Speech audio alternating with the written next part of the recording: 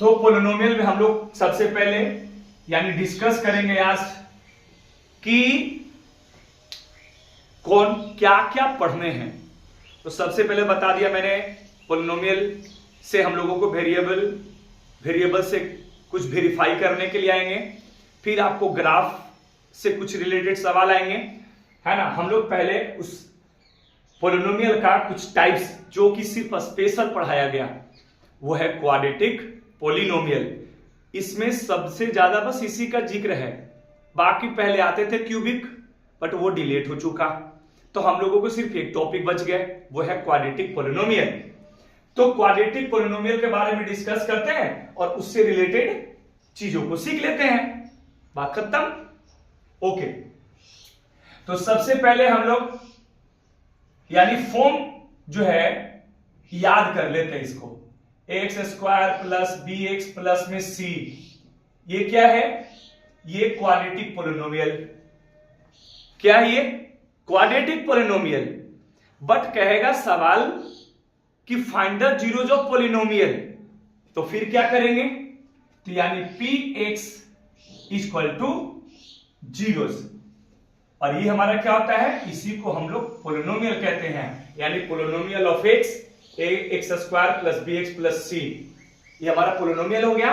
और ये पोलिनोमियल का जीरोज हम निकालेंगे, यानी find the zeros, find the polynomial of zeros, वो भी किसका, क्वाड्रेटिक पोलिनोमियल का बेटा सिर्फ। तो हम लोग यहां से जीरोज फाइंड करते हैं, दैट मींस वेरिएबल का वैल्यू फाइंड कर देते हैं। क्लियर? तो फॉर एग्जांपल मैं आपको एक एग्जांपल बता रहा हूं, ध्यान से देखेंगे। तो p x equal to x square minus x और माइनस 6। मैंने एक छोटा सा एग्जांपल लिया और एग्जांपल से मैं आपको समझाता हूं क्या इसमें हम लोगों को पढ़ने हैं पहला टॉपिक में, ठीक है। ये पोलिनोमियल दिया हुआ है, सॉल्यूशन हमको x का वैल्यू निकालने, पोलिनोमियल ऑफ जीरोस, हो गया पोलिनोमियल ऑफ जीरोस। तो यानी पोलिनोमियल कितना है मेरे पास, x square minus x minus 6 equal to zeros. बोले सर ये तो आता ही है, बेटा बिल्कुल आता है, जो आता है उसी को तो पढ़ा करके फिर आगे का एक नया टॉपिक पढ़ाया जाता है, बार बार वही थोड़ी पढ़ाए जाएंगे। तो पहले हम लोग उसके बारे में सीख लेते, क्योंकि अगला कंडीशन इसका कुछ नया मिलने वाला है, वो सीख लेंगे। तो यहां से पहले आप x यानी वैल्यू निकालो, तो x square minus 3x plus में 2x माइनस 6 इक्वल टू 0 आता है बेटा ना सबको, ये स्प्लिटिंग मेथड। तो ये स्प्लिट किया हुआ है, यहां से एक्स स्क्वायर कॉमन ले लेंगे यहां से, ठीक है। एक्स माइनस 3, यहां से आप ले लो plus 2, x minus 3 equal to 0, यानी एक्स माइनस 3 अगर दोनों कॉमन तो ये दोनों सेम आता है, इसका मतलब कि कैलकुलेशन सही चल रहा है, सही चल रहा है। सही है कि नहीं है इसका वेरीफाई हम लोग करेंगे अभी। अब यहां से क्या, x minus 3 x plus 2 equal to 0, एक बार मैं इसके साथ 0 रखूंगा और एक बार मैं फिर इसके साथ 0 रखूंगा। क्लियर है?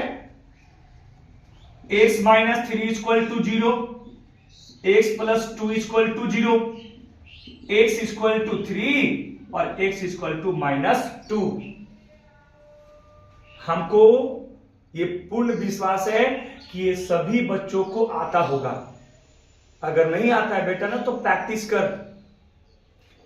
अगर आपको इस क्लास में आपको अच्छे नंबर चाहिए तो ये छोटी छोटी चीजें जो पहले पढ़ा दी गई है वो आपको आनी चाहिए।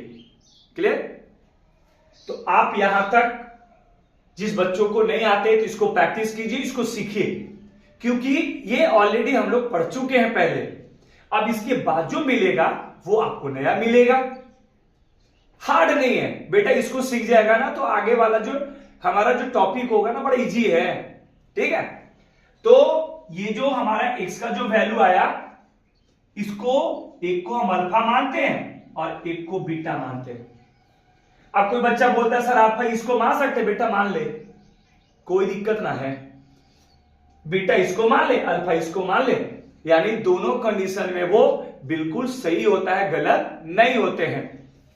तो मैंने एक सीधा पहले अल्फा फिर बीटा मान लिया, ठीक है। यहां तक तो सीख गया बेटा, सर ये तो आता ही है बेटा, वही तो सिखा रहा हूं, जो आता है उसी को सिखा रहा हूं, अब नए सिखाऊंगा कुछ। तो अब जो है ये पहला टॉपिक चल रहा है। अब ये पहला टॉपिक में बेटा जब आप अल्फा और बीटा निकालोगे तो इसको वेरीफाई करने आते हैं कि इसको कैसे वेरीफाई किया जाए, ये आपको नया मिलने वाला है, ठीक है। क्या है वेरीफाई? तो पहला वेरीफाई हमारा जो है सम ऑफ द जीरोज,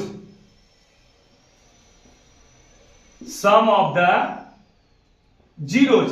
इस सम ऑफ द जीरोज क्या है? तो अल्फा प्लस बीटा। जीरोज का मतलब है ना, जीरोज का मतलब जो हमने वैल्यू लाया है एक्स, यहां भी एक्स, जिसको मैंने एक्स को अल्फा माना, एक एक्स को मैंने बीटा मान लिया, मतलब वो जो जीरोज आया, जो एक्स का वैल्यू आया उसका सम। तो alpha plus beta equal to minus b by a, ये फॉर्मूला होता है, ओके।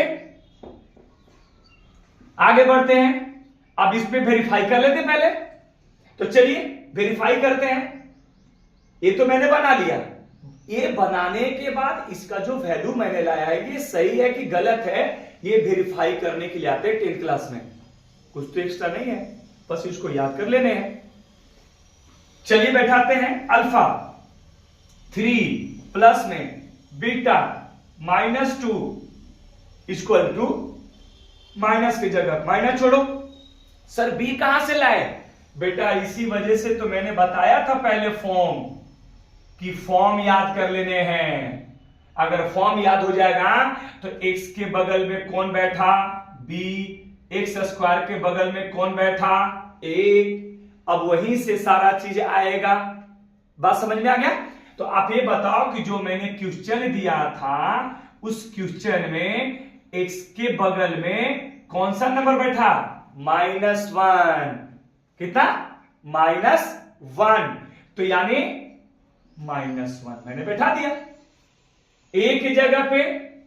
तो एक्स स्क्वायर के बगल में बैठने वाला नंबर यानी कोफिशिएंट जिसको कहा जाता है, x के बगल में बैठने वाला कोफिशिएंट, एक्स स्क्वायर के बगल में बैठने वाला कोफिशिएंट नंबर, न्यूमेरिकल वैल्यू। तो यहां पे भी 1, तो कितना हो गया? यहां 1 हो गया। चलिए कैलकुलेशन करते हैं। 3 - 2 इक्वल टू, देखो कितना हो गया? 1। डिनोमिनेटर 1 का कोई वैल्यू नहीं, 3 में से 2 गया, 1 इक्वल टू 1, यानी पहला हमारा वेरीफाई हो गया, LHS बराबर RHS। क्लियर? अब नेक्स्ट जो हमारा है, दो आते हैं इसमें, दोनों करने होते हैं। दूसरा हमारा है product of zeros, product of zeros, product of zeros यानी जो जीरोज आया है, जीरोज किसको बोलते हैं? जो वेरिएबल का वैल्यू लाया है, यानी वेरिएबल को, ठीक है, जिसको अल्फा और बीटा माने। तो प्रोडक्ट कराने हैं सिर्फ, तो alpha into beta equal to c by a. अब तो पता चल गया होगा कि सी कहां से लाएंगे, तो यानी यहां देखेंगे सी को कांस्टेंट कहते हैं, यानी एक्स स्क्वायर, ये सब वेरिएबल के साथ बैठने वाले कोफिशिएंट को छोड़ करके जो सिंगल नंबर में बैठता है, तो इसमें बताइए कौन हुआ? यानी -6। क्या हो गया? सी हो गए। और अल्फा इंटू बीटा आपके सामने 3 इंटू -2 इक्वल टू सी कितना? -6 और ए कितना? 1। क्लियर? अब यहां से कैलकुलेशन कीजिए, 3 2 जा -6, कितना आया? -6। आप काट भी सकते हो, नहीं भी काटोगे तो कोई दिक्कत नहीं है, ये भी वेरीफाई हो गया। इसका मतलब कि LHS बराबर RHS। क्लियर ना बेटा? बहुत आसान सा। यानी ये पहला टॉपिक हम लोगों को यानी इस पोलिनोमियल में पढ़ने हैं, और बहुत सिंपल तरीके से मैंने आपको एक्सप्लेनेशन कर दिया है ना। ये पहले आप सीखो, पहले आप इस पे क्वेश्चन को प्रैक्टिस करो, है ना। फिर मैं नेक्स्ट टाइम मैं आपको इस क्वेश्चन पे, है ना, और भी अलग तरीके के क्वेश्चन बताऊंगा, या टॉपिक बताने के बाद, है ना, नेक्स्ट टॉपिक बताऊंगा, उसके बाद फिर हम लोग डिस्कस करेंगे।